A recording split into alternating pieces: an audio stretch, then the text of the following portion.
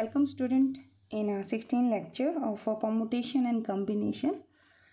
In today's lecture we will cover circular permutations and some important questions generally asked in the examinations. And these lectures are important for +1 student, BCom, BBA and those students who are preparing for the competition exams. तो here is what is circular permutations means आपको number of persons हैं या जो भी things हैं they are distinct अगर आपको given है एंड आपको उनको एक राउंड टेबल पर अरेंज करना है तो how many way you can arrange these persons or the things on the round table. Today we will get the answer of this question. So our topic is the number of ways of arranging n persons. n persons हैं distinct ही होंगे सभी है ना. At a round table आपको एक round table given है, आपको total number of arrangement बताने कि how many way you can make the arrangement of these n persons around round table. तो answer will be n-1 factorial. ठीक है, एक और हम फॉर्मूला करेंगे आज कि यहाँ जब हम अरेंजमेंट लेंगे तो आप उनको क्लॉकवाइज और एंटी क्लॉकवाइज यानी कि एक पर्सन जो बैठा है टेबल पर उसके लेफ्ट में, यानी कि मान लो सपोज करो आपके पास 4 पर्सनस हैं, I am denoting by these by ABCD. ठीक है, और मैंने इनको एक राउंड टेबल पर अरेंजमेंट देना है. तो आपके पास क्या करोगे, A B suppose C here and D here. If you count along this तो ABCD. ठीक है, बट आपके पास अरेंजमेंट एक और भी है कि आप इसको A B C और D, बट आप इंस्टेड ऑफ दिस वन आप इसको इस साइड से. तो ये आपने कौन सा सर्कुलर परमुटेशन दिया, this is your clockwise. What is clockwise and this one घड़ी की सुई जिधर मूव करती है दैट इज़ योर क्लॉकवाइज. ये अपोजिट हो गया तो दिस इज़ एंटी क्लॉकवाइज. ठीक है, तो अभी थोड़ी देर में क्या होगा, इसमें क्लॉकवाइज में क्या है, ए के इधर B है और इधर D है. अगर मैं एंटी क्लॉकवाइज करती हूँ तो ए के D और B, यानी कि A जो कोई भी एक पर्सन आप लेते हैं तो उसके लेफ्ट में और राइट में जो अरेंजमेंट हैं वो अलग अलग जा रहे हैं. अगर मैं क्लॉकवाइज लेती हूँ और एंटी क्लॉकवाइज. हम केसेस आज ये भी करेंगे कि number of arrangement of n person sitting on A round table जिसमें उसके लेफ्ट और राइट का कोई इफ़ेक्ट नहीं आ रहा. या फिर आप ऐसे कर लीजिए कि आपके पास फ्लावर्स हैं and they are in a garland, माला के अंदर उनको डाला गया है और एंटी क्लॉकवाइज और क्लॉकवाइज जो परमुटेशन है they are same. In that case आपके नंबर ऑफ अरेंजमेंट कितने हो जाएंगे, वो इससे 2 केस ही है ना, तो वो हाफ हो जाएंगे. तो in that case answer will be n-1 factorial by 2. ठीक है, तो आपको इन फ्यूचर 3 चीज़ें याद करनी है कि n पर्सन को अगर आपने अरेंज करना है लीनियर तो that is n factorial, round a table n-1 factorial. और अगर आपका एंटी क्लॉकवाइज और clockwise arrangement both are equal in that case number of arrangement is n-1 factorial और बाय 2 हो जाएगा. तो दीज 3 फार्मूला जो जनरली सभी क्वेश्चन इन्हीं के ऊपर बेस होते हैं. ठीक है, let us take the proof of this one. तो इसका प्रूफ करने के लिए हम ऐसा करते हैं, let us take the 4 thing and जब आप इनके अरेंजमेंट करेंगे तो 2 पॉसिबिलिटी है. इसमें से एक केस आप कंसीडर कर लीजिए AB क्लॉकवाइज का. तो इसमें क्लॉकवाइज अरेंजमेंट में आप इसको कैसे रीड कर सकते हैं, ABCD स्टार्ट फ्रॉम B, तो BCDA start from CDAB and then D से स्टार्ट कीजिए DABC. तो कॉरेस्पॉन्डिंग टू 1 सर्कुलर अरेंजमेंट आपके पास कितने लीनियर अरेंजमेंट है, 4 लीनियर अरेंजमेंट. अगर मैं इस क्वेश्चन में इस एक सर्कुलर अरेंजमेंट को काउंट करती हूँ तो ये और ये जितने भी हैं, ये this one this one this one this one, these all are identical, एक जैसे ही हैं क्योंकि एक ही पैटर्न है ना. लेकिन अगर मैं इन्हें लीनियर बिठा देती हूँ इन that case ABCD first chair पे A बैठा है, लेकिन यहाँ पे इसे काउंट करते हो तो फर्स्ट पे B है. तो both are distinct in case of linear arrangement. Got this. अब मुझे फाइंड आउट करना है कि जब 4 पर्सन राउंड टेबल पे बैठते हैं तो टोटल सर्कुलर अरेंजमेंट कितने हैं। तो हम सपोज कर लेते हैं कि let X is the total number of circular arrangement of 4 person. ठीक है, तो इसको हमने क्या मान लिया, let us consider this is X. अब मेरा ऑब्जेक्टिव है यहाँ पे एक्स फाइंड आउट करना है और एक्स की वैल्यू मेरी कितनी आनी चाहिए, this should comes out to be 4 - 1 factorial इस फॉर्मूले के अकॉर्डिंग। देखें क्या आती है। Then total number of linear arrangement, देखिए हमने एक्स क्या कंसिडर किया है, सर्कुलर। अगर आपका 1 सर्कुलर अरेंजमेंट है तो लीनियर अरेंजमेंट कितने हैं बच्चों, दे आर 4। ठीक है, अगर मेरे पास x number of circular arrangement है तो टोटल लीनियर अरेंजमेंट कितने होंगे, इसका 4 टाइम। ठीक है, और ये फॉर्मूला आप सभी को आता है। How many linear arrangement of 4 things, 4 की 4 डिफरेंट है। तो पहला फॉर्मूला है परमुटेशन का 4p4 या फिर 4 फैक्टोरियल। तो this is 4 factorial is equal to 4x। तो what I got here, x is equal to 4 factorial by 4। तो दिस 4 फैक्टोरियल को अगर मैं सॉल्व करती हूँ तो 4 into this is 3 factorial by 4। तो दिस इज 3 फैक्टोरियल।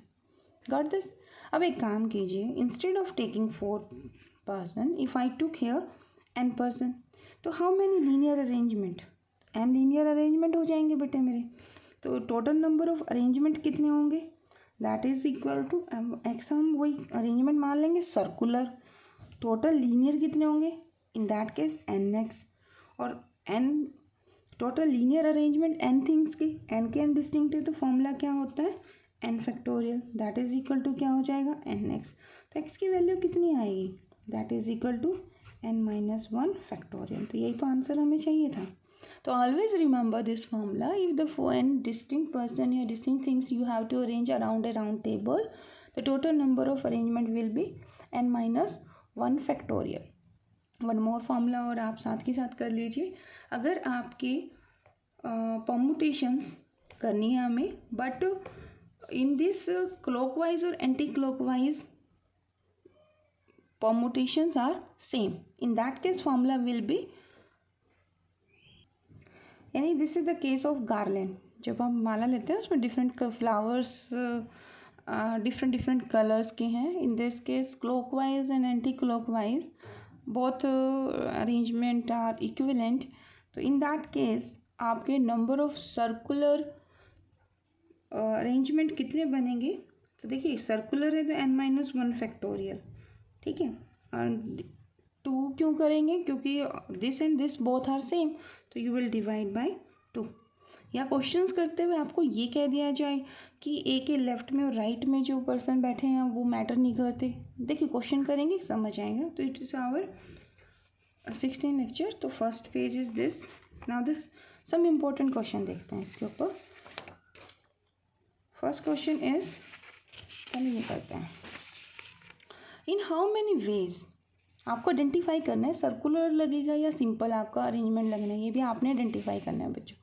ठीक है, तो question is in how many ways can 8 student be arranged in a line. तो व्हाट इज द आंसर, ये आप जल्दी से मुझे बताओ। तो answer for this required arrangement for first in which N person sit in a line, ये आपका क्या बनेगा 8 फैक्टोरियल, कैलकुलेट करो।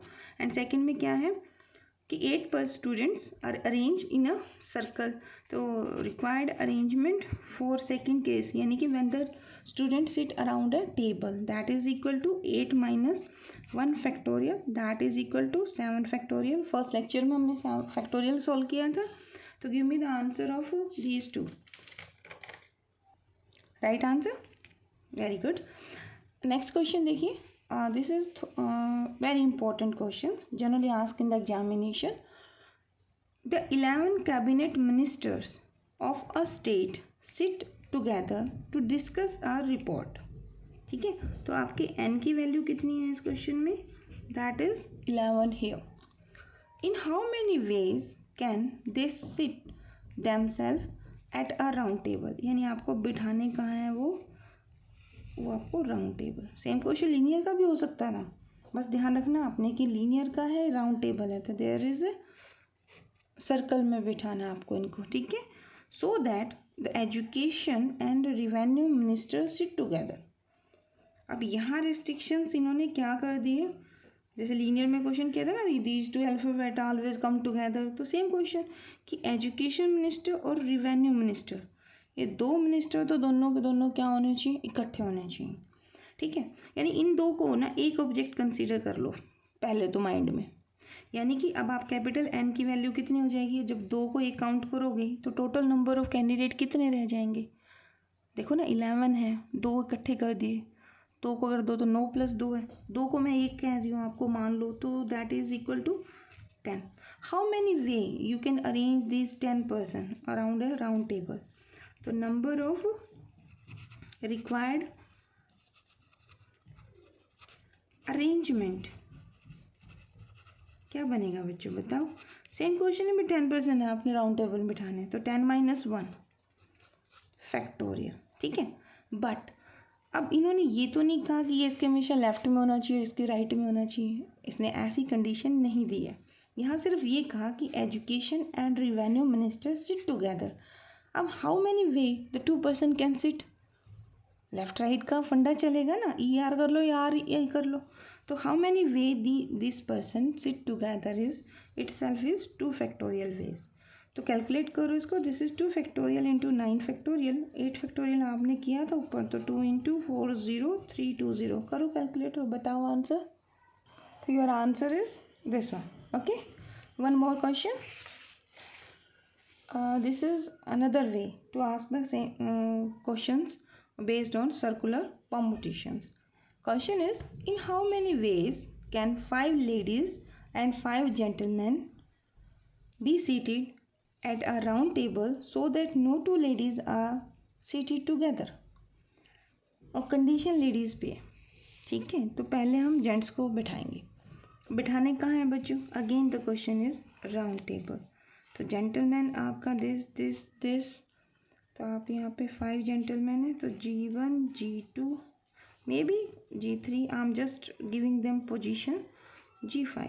Now the question is how many way you can make this arrangement of 5 gentleman sitting on the round table, कौन बता सकता है, अभी किया था ना।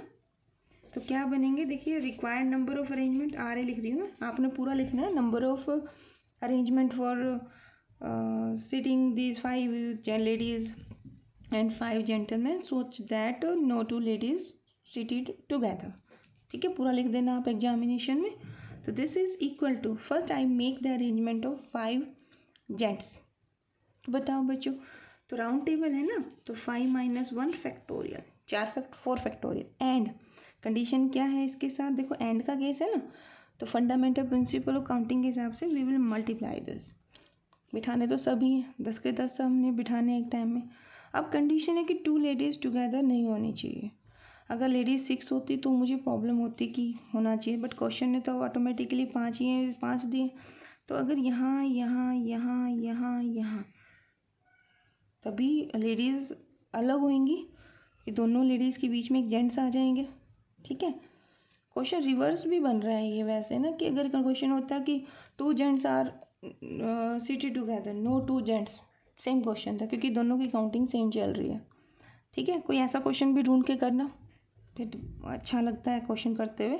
तो अब आपसे क्वेश्चन है बच्चों, हाउ मैनी वे, अब यहाँ पे ये नहीं है कि राउंड टेबल पे बिठाना है, नो, अब ये वो केस नहीं रहा, अब ये सिंपल केस हो गया कि देयर आर 6 1 2 3 4 5 पोजीशंस हैं, देयर आर 5 लेडी, पहली लेडी जाएगी, 5 चेयर उसके पास पड़ी हैं, तो वो कितने तरीके से बैठ सकती है, that she can sit there 5 ways, या 5 लेडीज़ हैं, 5 ही पोजीशन है, हाउ मैनी वे, तो क्या बनेगा बताओ, that is equal to 5 factorial, चाहे प्रैक्टिकली करो चाहे वैसे करो, तो मल्टीप्लाई करो और give me the answer of this factorial, करिए क्वेश्चन जल्दी, ठीक है। तो आंसर कितना आया, 2880 वेज, ठीक है। आप इसी क्वेश्चन का ना ऐसा करना, इसका आंसर निकालना जब हम उन्हें कहें कि they sit on a line, number of arrangement of 5 ladies 5 gentleman sit on A chairs in front of them, not on the मतलब राउंड टेबल नाउ। फिर देखना आंसर क्या बनेगा, इसका आंसर बहुत दूसरा बनेगा। तो try this in the linear form also. चलो नेक्स्ट क्वेश्चन देखते हैं। The last question of today lecture. 3 boys and 3 girls are to be seated around a table in a circle। अब देखो फिर क्वेश्चन सर्कल का है, क्योंकि अभी तो हम क्योंकि आज के लेक्चर में तो हम सर्कल के क्वेश्चन ही कर रहे हैं ना, तो इसलिए आपको लग रहा है कि हर क्वेश्चन इसी तरीके से करना है। बट ना, जब आप सारे क्वेश्चन कर लोगे इन दैट केस आपको आइडेंटिफाई करना है कि ये क्वेश्चन कौन सी एक्सरसाइज का है। ठीक है, तो आपने ध्यान से स्टेटमेंट को रीड करना है। इन अ सर्कल ही आपको इनको अरेंज करना है। ठीक है, अब ये क्या कंडीशन देता है वो रीड को। Among these boy x does not want any girl neighbour. मतलब कोई 3 बॉयज़ है ना हमारे पास, तो एक जो बॉय है एक्स नेम है इसका, वो चाहता है कि उसके आजू बाजू में अड़ोस पड़ोस में कोई भी गर्ल ना आए। ठीक है, यानी कि उसको हम यहाँ बिठाते हैं।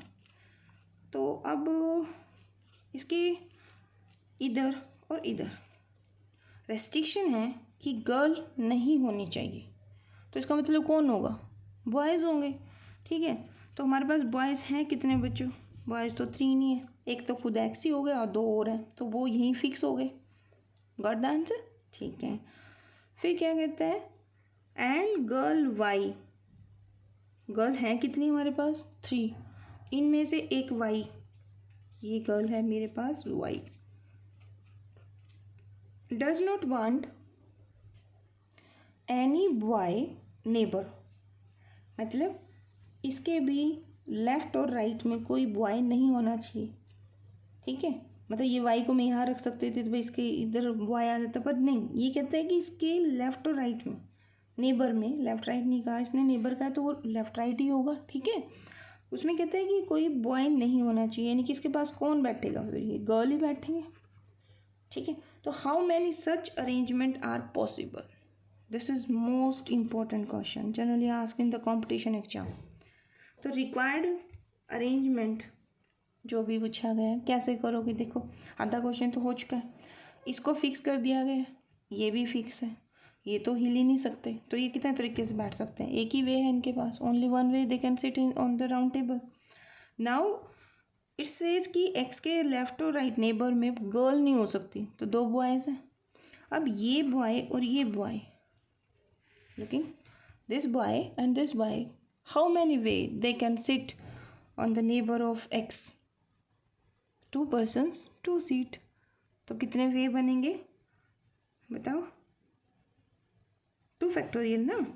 देखो एक केस में B1 B2 इधर आ जाए, दूसरे केस में B2 इधर और B1 इधर, तो डिस्टिंक्ट केस बने ना, 2 factorial. And similarly for Y, and का केस है ना, हमने बिठाने तो 3 बॉय 3 गर्ल, एंड है बीच में दोनों के, एंड में मल्टीप्लाई होता है अपना, वेरी बिगनिंग से हम कर रहे हैं क्वेश्चन। तो how many way these 2 girls sit, क्योंकि ये तो एक ही तरीका है, फिक्स है, यहीं बैठना है इसने, ये कितने तरीके से आप बैठा सकते हो, G1 G2 G2 G1, तो how many ways, these are also 2 factorial, तो टोटल कितने हो गए बच्चे, 2 into 2 that is 4 ways. Now the question is, आपने ये सारे अरेंजमेंट खुद से लिखने हैं कि क्या क्या बनेंगे। ठीक है, तो in the next lecture we will start our combinations. Thank you so much.